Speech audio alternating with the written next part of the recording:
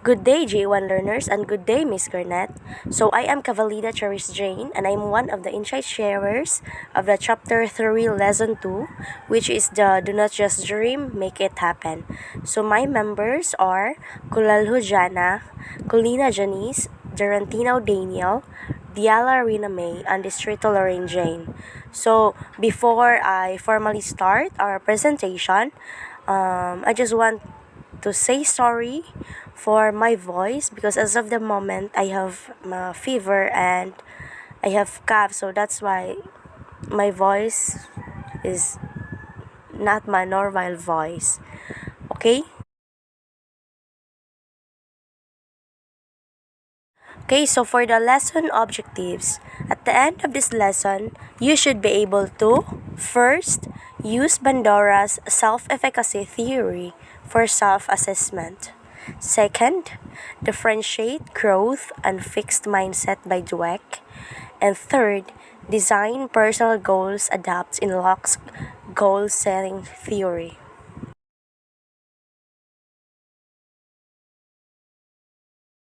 Moving on to the introduction. So, Jack Canfield is an epitome of success. He has authored 7 books listed in the Guinness Book of World Records as New York Times bestseller, beating Stephen King by Macmillan 2017. And these books are Chicken Soup for the Soul series, The Success Principles, How to Get from Where You Are to Where You Want to Be, The Power of Focus, The Aladdin Factor, Dare to Win, You've Got to Read This Book, and The Key to Living the Law of Attraction. So Jack Canfield is the chairman and founder of the Canfield Training Group, founder and former chairman of the Chicken Soup for the Soul Enterprises, and was invited to 1,000 radio and television programs worldwide but from Canfield 2017. One of Canfield's featured quotes about success is, by taking the time to stop and appreciate who you are and what you have achieved, and perhaps learn through a few mistakes, stumbles, and losses, you actually can enhance everything about you. So, meaning, your entire life can change in an instant. So instead of passively taking what you have for granted, be grateful for it and do whatever good you can with it. It's okay to feel lost or having a mistake sometimes, but make sure that you learned a lesson from it so that you can develop everything about you.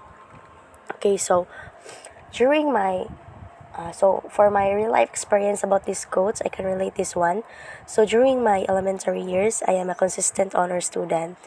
When I reached my grade 7 or shall we grade 7, my first year in high school, my aunt gave me a phone, a smartphone.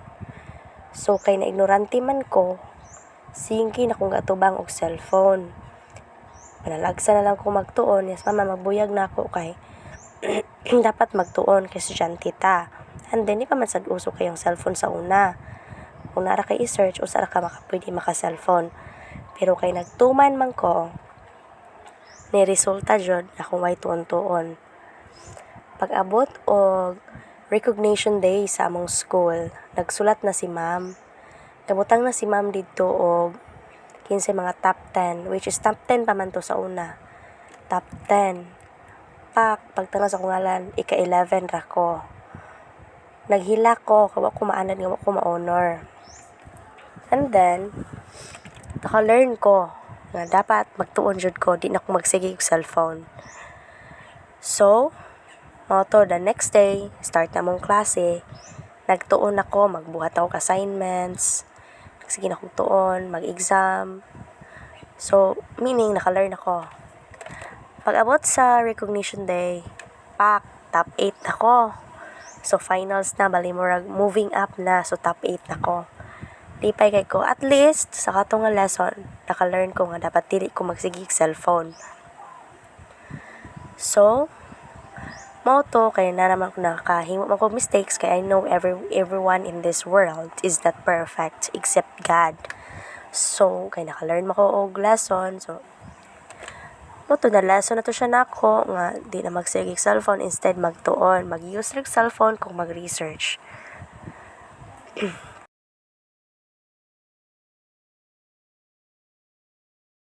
Okay, so self-acknowledgement and appreciation are what give you the insights and awareness to move forward toward higher goals and accomplishments.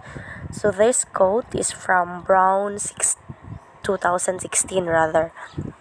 Okay, so meaning that when you appreciate of what you have done through in this world, or what you have, or appreciate your effort, so that's one of the awareness that you must move forward.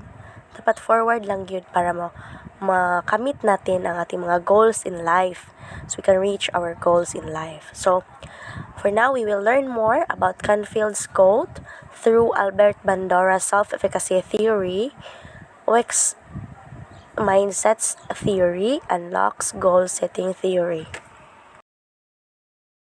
Okay, so abstraction, Albert E. Bandora's self-efficacy.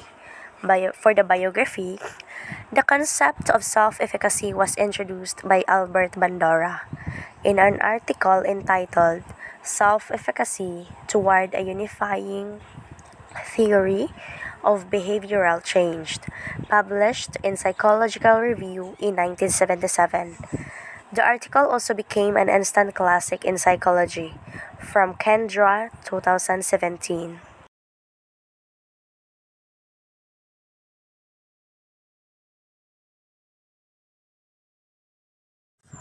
Albert E. Bandora was born in Mondaire, Alberta, on the 4th day of December 1925. He was the youngest of 6 children. He grew up with parents who put great emphasis on the value of family, life, and education. Bandora took a summer job in Alaska after high school graduation. He then took an introductory psychology course at the University of British Columbia as a working student. In 3 years' time, he graduated with the Bulacan Award in Psychology in 1949. He earned his master's degree from the University of Iowa in 1951 and his PhD in clinical psychology in 1952. So a year after, he had a postdoctoral position at the Wichita Guidance Center before accepting a position as a faculty member at Stanford University in 1953, where he still works at present. So as of the moment, he still works at the Stanford University. So the Bobo Doll experiment. In the 1950s, Dr. Bandora had a study known as the Bobo Doll experiment. In this experiment, the sample children were presented with new social models of violent and non-violent behavior toward an inflatable redounding Bobo Doll. The result were the group of children who saw the violent behavior model became violent to the doll, while the control group, who was presented with the non-violent behavior model, was rarely violent to the doll. This experiment has proven right the hypothesis that social modeling is a very effective way of learning. Dr. Bandara introduced the social learning theory that focuses on what people learn from observing and interacting with other people. Bandora's social cognitive theory states that people are active participants in their environment and are not simply shaped by that environment.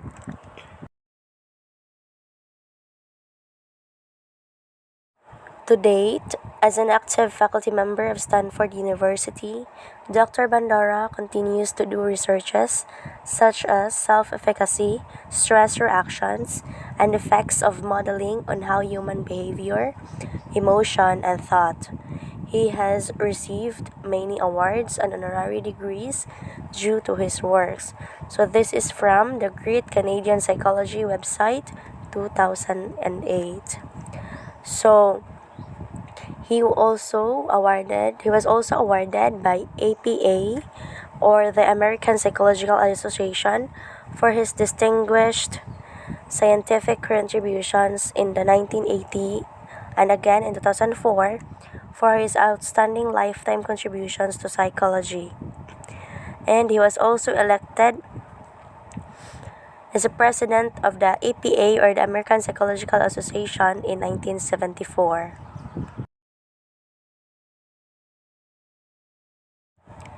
In 2015, Dr. Bandara was awarded the National Medal of Science by President Barack Obama. So this is from Kendra 2017. And Dr. Bandara was named the most influential psychologist of all time because his theories gave major contribution to the field of psychology, psychotherapy, and education. So, summary of self-efficacy theory. So, according to Weibel 2011, self-efficacy theory is based on the assumption that psychological procedures serve as a means of creating and strengthening expectations of personal efficacy. So, self-efficacy theory is distinguished between expectations of efficacy and response outcome expectancies.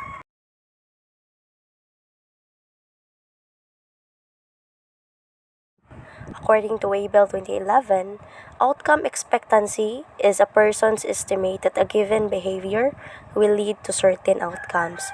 So this means that a person's estimate is that when you have a behavior, it will lead to a certain outcome. So kung kana imong gibuhat, na dyan na siya yung outcome. And efficacy expectation is the conviction that one can successfully execute the behavior required to produce the outcomes. So sa efficacy expectation, this is when one can successfully execute the behavior required to produce the outcome. So we need to successfully execute the behavior required. So although a person may expect a certain activity to lead to a particular outcome, they may lack the motivation to perform the action, doubting their ability to do so. Outcome and efficacy expectations are differentiated because individuals can believe that a particular course of action will produce certain outcomes. However, if they entertain serious doubts about whether they can perform the necessary activities with such information, it does not influence their behavior. Self-efficacy typically comes into play when there is an actual or perceived threat to one's personal safety or one's ability to deal with potentially aversive events. Increasing a person's self-efficacy increases their ability to deal with a potentially adverse situation. For example, experimental studies on the treatment of adults with ophidophobia, or the fear of snakes, have demonstrated that raising levels of self-efficacy is an effective technique to help them cope with threatening situations. Perceived self-efficacy mediates anxiety arousal. So, ang self-efficacy kuno kay maka-mediate siya sa anxiety arousal. So, Weibel 2011 stated that Dr. Bandara defined self-efficacy as people's beliefs about their capabilities to produce designated levels of performance that exercise influence over events that affect their lives. He identified acts of people with high assurance in their capabilities, such as: so first, approach difficult tasks as challenges to be mastered. So para natay high assurance sa atong capabilities, dapat mo approach ta og mga lisod nga mga buluhaton or lisod nga mga difficult task as atong see as a challenge lang siya nga kailangan natong i-master. Second, set challenging goals and maintain strong commitment to them. So, as an individual, we need to set our goals and we should have to commit para atong makamit ang atong mga goals. Third, heighten or sustain efforts in the face of failures or setbacks. So, bisan og natay failures, bisan og ma-fail man ta as an individual, dapat ato siyang i-face nga natay effort or naatay mapakita nga effort nga na-face nato ang atong mga failures or setbacks.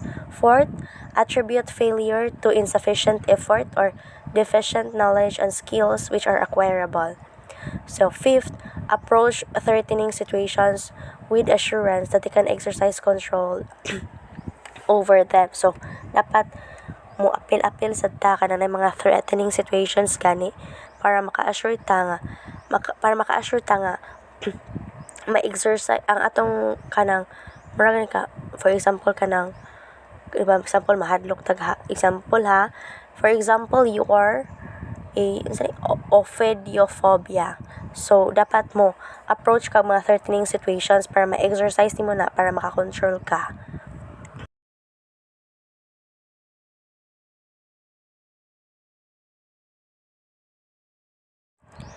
In contrast, people who doubt their capabilities are shy away from tasks they view as personal threat. So these are the individuals who didn't perform any task that they see as personal threat.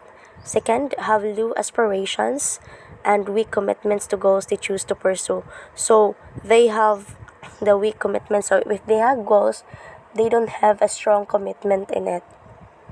Third, dwell on personal deficiencies, obstacles they will encounter, and all kinds of adverse outcomes rather than concentrating on how to perform successfully. Fourth, slacken their efforts and give up quickly in the face of difficulties. So these are the individuals who give up quickly and bisan og natay saying nga every problem has a solution. So kani sila mga individuals kay mo give up dayon ni sila. And gamay lang nga butang, give up dayon, gamay lang nga problema, mo give up dayon. Fifth, are slow to recover their sense of efficacy following failure or setbacks, and fall easy victim to stress and depressions. So kani nga mga tao dali ni silang ma-stress or ma-depress. Kabalo ko kitang tanan ma-stress. We have different types of stress man sad. Pero kani sila known ni sila sa mga stress o depress. So mao na siya ang mga who doubt, mga na-doubt sa ilahang mga capabilities.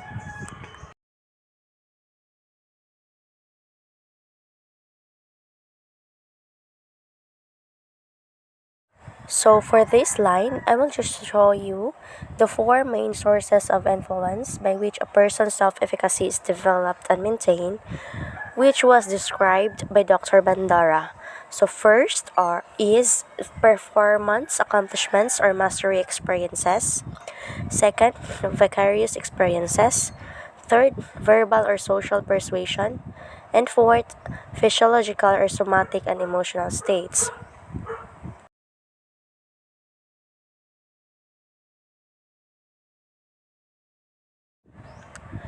Okay, so the first one is performance accomplishments or mastery experiences.